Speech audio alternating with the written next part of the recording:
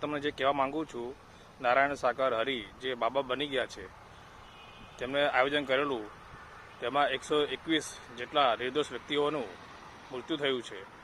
તો ખરેખર આની ન્યાયિક જાંચ થવી જોઈએ. જે દોષી છે એને કડક સજા થવી જોઈએ. અને ઉત્તર પ્રદેશ સરકારે પણ આમાં ધ્યાન આપે છે, પણ હજુ કડકાઈથી આમાં કોણ દોષી છે, કોણ ઉપદ્રવી છે, જેને લીધે આ નિર્દોષ લોકોનું હત્યા થઈ છે.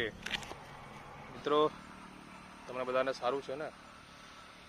હવે હું તમને આજે જે 2 તારીખે ઉત્તર પ્રદેશ, જે પશ્ચિમ ઉત્તર પ્રદેશ છે, ત્યાં જે હાથરસનો જે હત્યાકાંડ થયો, એક બાબા છે, તેમનું નામ છે સુરજપાલ જાટવ. એનું નામ બદલીને નારાયણ સાકાર હરી, એટલે તેને ભગવાનની જેમ લોકો માને છે અને ભગવાનની જેમ લોકો એને આસ્થા રાખે છે એના માટે. અને એના આશ્રમો બહુ છે, યુપીમાં, કાનપુરમાં, કાસગંજ, મણિપુરી, બધી જગ્યાએ આશ્રમ છે.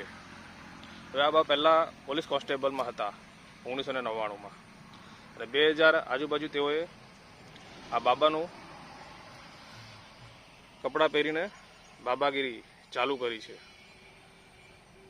અને હત્યાકાંડ થયો તેમાં 121 જેટલા નિર્દોષ લોકો, જેમાં ખાસ કરીને મહિલાઓનું મૃત્યુ થયું છે અને 4 કેવા બાળકોનું મૃત્યુ થયું છે. હવે આ હત્યાકાંડમાં જે બાબાના આયોજકો, સેવકો હતા, દેવપ્રકાશ મધુકર, એની જિમ્મેદારી હતી. પોલીસ પ્રશાસન તો બહારથી જ પહેરામાં હતી. હવે હત્યાકાંડ શેના માટે થયો